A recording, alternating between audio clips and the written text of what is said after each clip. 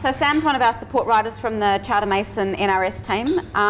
Sam last weekend won the inaugural Tour of South East Gippsland in men's A grade. Last year he won the Fred Ike in the fastest time and set a course record. And last year he also won the Preston Mountain Classic and set the fastest time. So pretty handy on a bike.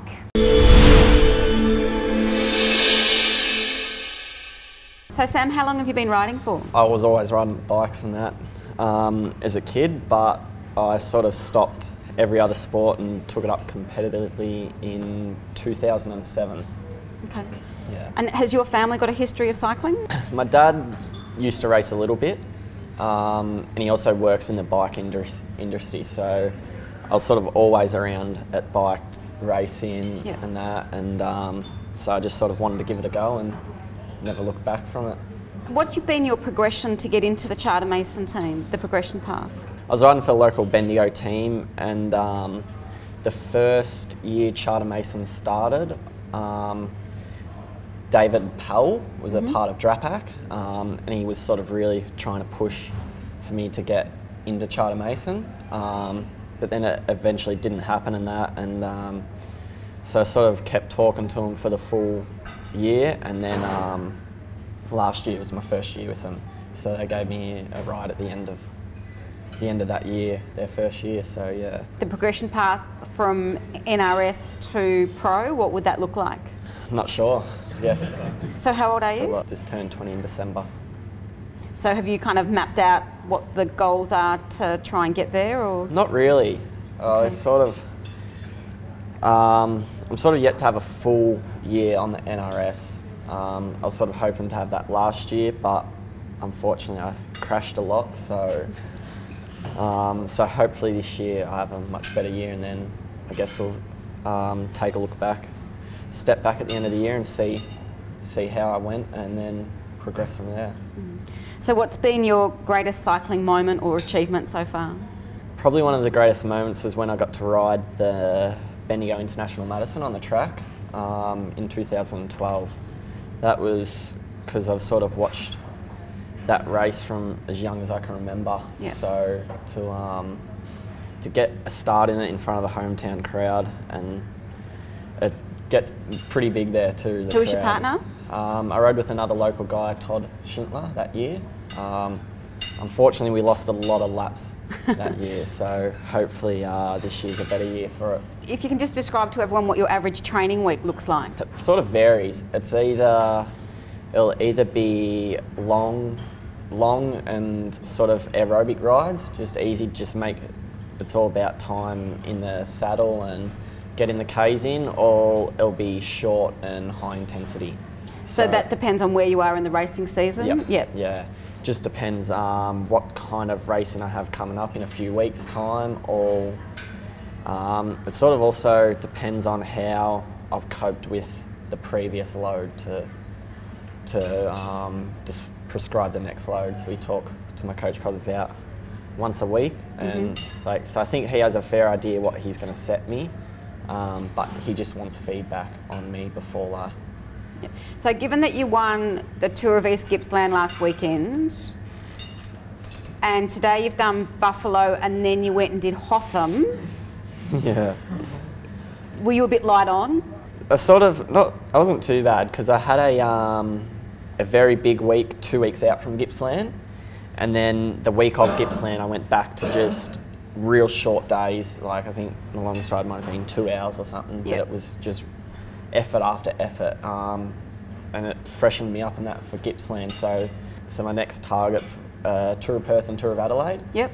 For the first rounds of the NRS, so that's why I was sort of focusing on that now. So I sort of need to have a big week. Is Perth's first? Yeah. So when's that one? I think it starts on the 26th of March or something. So on race day, do you get nervous? Like, do you have a set routine that you follow through leading into a race? I'm sort of more pedantic about what I do the night before the race. Do all my stretching, everything that I've done, and have everything set for in the morning, that I don't have to rush around and I don't have to think about it. You know, that's sort of, and I try not to think about it too much so I don't get stressed out or... So do you get nervous before a race? Yeah. You do? Yeah, yep. Good, so do I. Yeah, well, some days I do, some days I don't. Like, it just sort of depends. If I know I've done the work and can go all right, I will get nervous because I'll expect to have a good result. Yeah. But if I'm unsure, you know, then I'm probably a bit more chilled out when it comes to it. Yeah.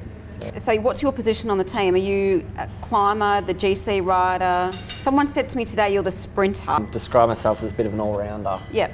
Because I've always done, previous years now, I've always just done a road season and a track season during the summer because there hasn't been much road racing. But now with Cycling Australia, you see that there's no designated season. It's roads just becoming an all-round sport, and I think too it's a sort of a shame like the track's dying in Australia. As simple as that. There's I've sort of looked at myself. I don't have a future on the track, so there's no point doing it. There's no money in it. There's no money, so you know I sort of still like to go back to it every now and then just so I can ride. So the Benny O'Madison and that of a year. And Shannon, in your team. Yeah. I'd put my money on Shannon in the sprint. Oh yeah, I would too, for sure. I can sort of sprint when I need to, so I think it comes down to the days where it's hard. You know, you got sort of a few climbs and that, and there's a sort of a reduced bunch at the finish. Then I would back myself for a sprint. But when it's a flat out 10, 20k flat stretch of road, doing 60k an hour, there's Shannon's your man. Yeah, and it's not room for me fighting those sprinters through a wheel, that's for sure. Yeah. Today, Matt Clark, one of the other guys in the team, was who won Bor last year and Mount Buller in men's A grade. He was described to me today as Australia's best climber.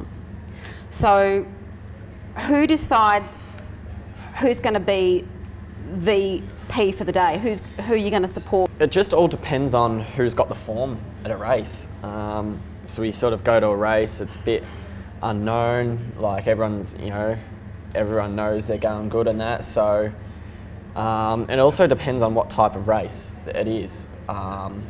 So that's, and it's also, say first day, break goes up the road, takes a lot of time, someone's in it, then it falls back that we've got to work for them. Yeah. So it all sort of depends on tactics or that, but say when it comes to a race like Buller or Bor, Matt's our man because he's the best climber on the team. Yeah.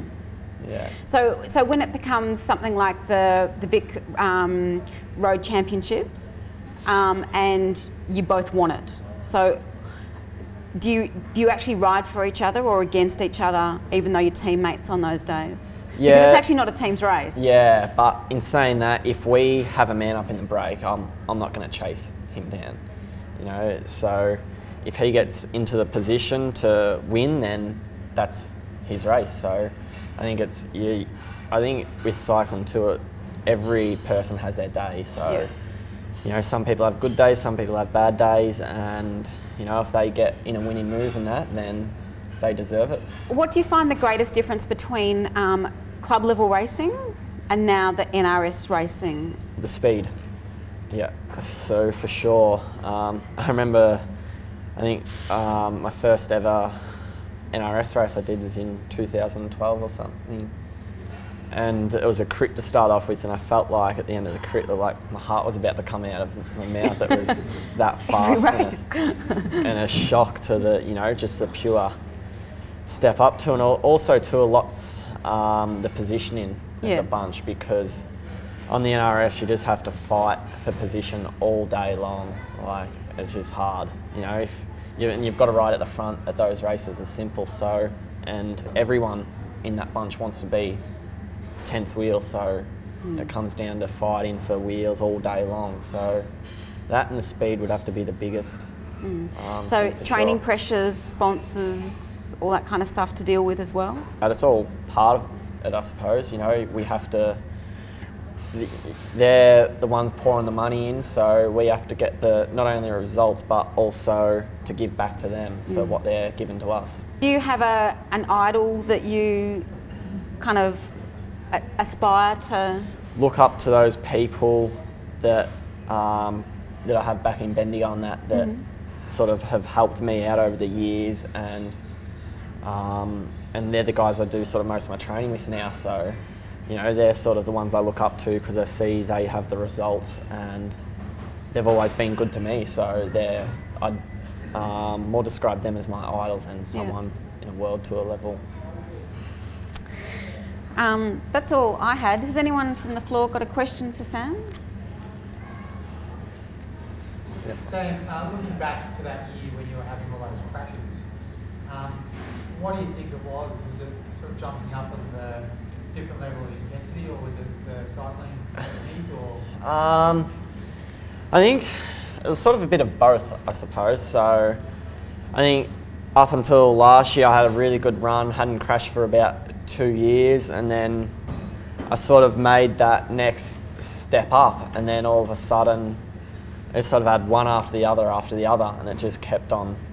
Like, I don't know really what happened. I think it's also a lot to do with luck. You know, you have your bad luck and your good luck, and I definitely had a lot of bad luck, that was for sure. But yeah, so I think it's good because you've got to have them to happen to you, because it teaches you how to respond back from them. And I think every time you have a bad one, you come back better and stronger than you were before it happened. So anyone else got a question for Sam?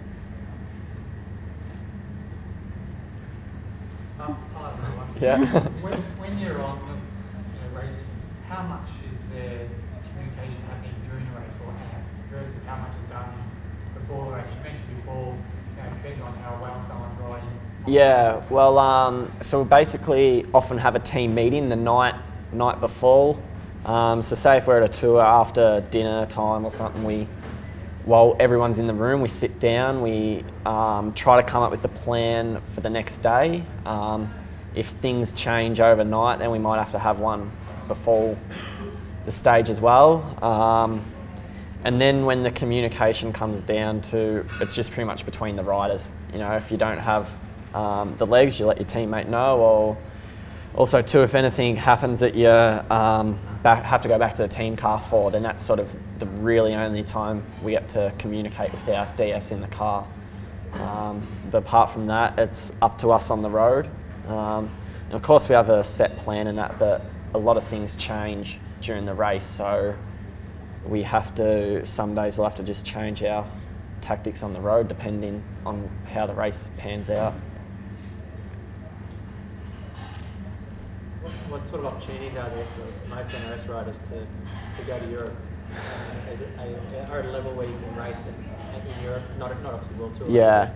How hard is it to break into that? Well, I honestly don't know how hard it is, but it's massive, I sort of suppose. If you look at the last couple of years, there's sort of been a couple standout guys that have progressed from NRS to straight to World Tour. So I think it also shows the depth of Australian cycling, that, you know, these guys can step off the NRS and go straight into racing World Tour level. But I think also too, there's a lot of now pathways and that. A lot of teams have development teams and that, so it's always the chance you can step up into the next team and that, which may race overseas.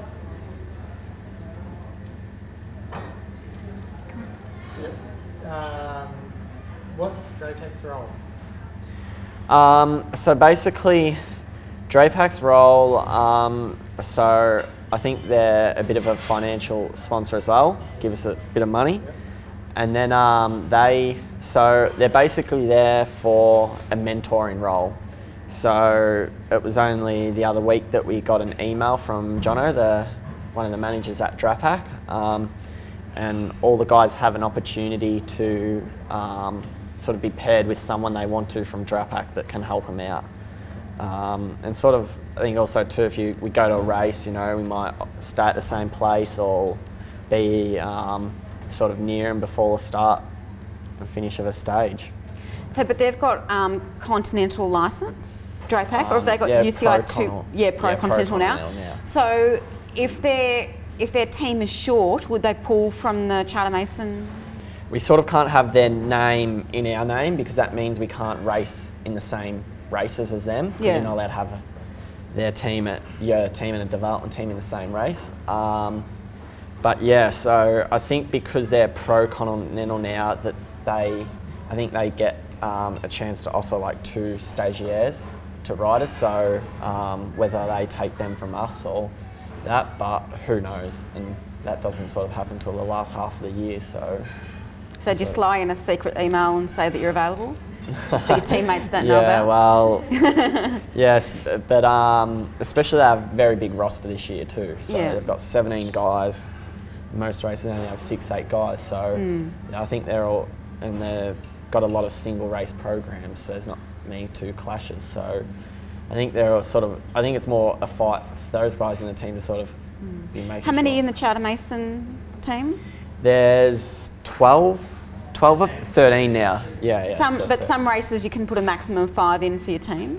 Yeah. So that's on the VRS, I think. But so at the NRS, I think 8's the maximum, and we'll go to every tour this year, hopefully with a full team.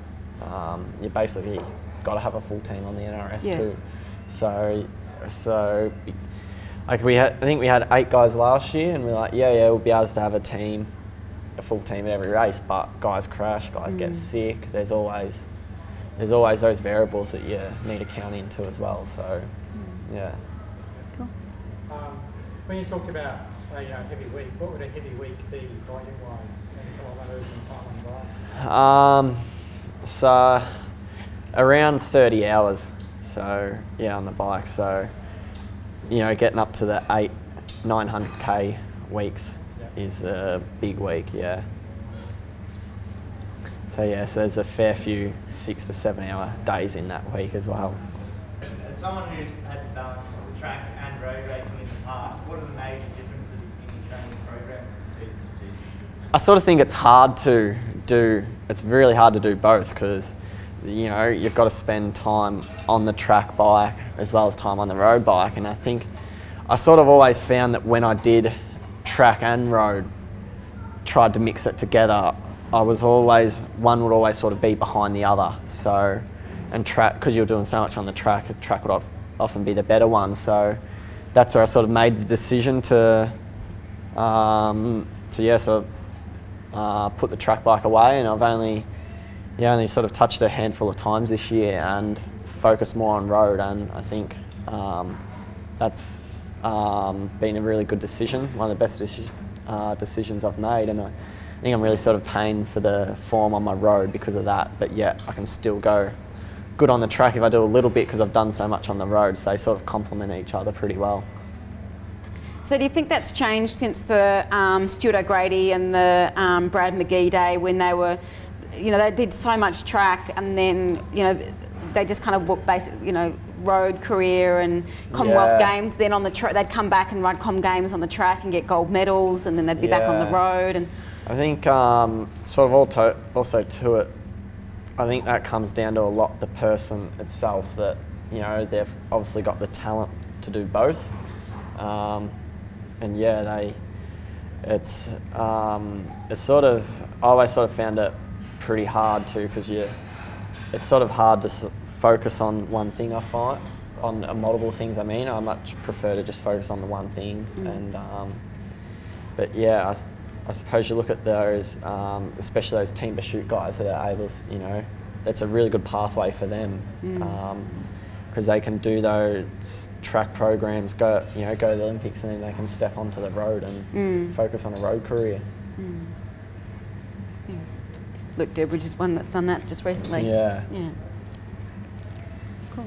In a week when you're doing 30 hours on the bike, how much time do you spend doing other things like functional strength training, stretching, and anything else that you might do, and what else might you do? So basically, if I spend those long days and I sort of have to really look after my body as soon as I get home, you know. Often if I know I have a long day, and especially too in this heat lately, that it zaps you pretty bad. So I'll have sort of my set things the night before ready to go when I get home. So like protein drinks, Hydrolyte as soon as I get home, and even continue that through the night. And then I sort of just, as soon as I get home, sort of try and chill out for a bit, and then of a night time, and that's when I'll sort of do all my stretching on the foam roller and that as well. That's sort of one of the big things I use to be able to recover for the next day. Thank you, Sam. And if you're in Sam's group at all, or any of the Charter Mason boys are around you during the camp, have a chat to them. Like, as you can tell, they're really friendly guys. You know, for guys that are at the elite of the Australian level, I've never met such a bunch of, you know, guys that are not about themselves, seriously. So, so thank you.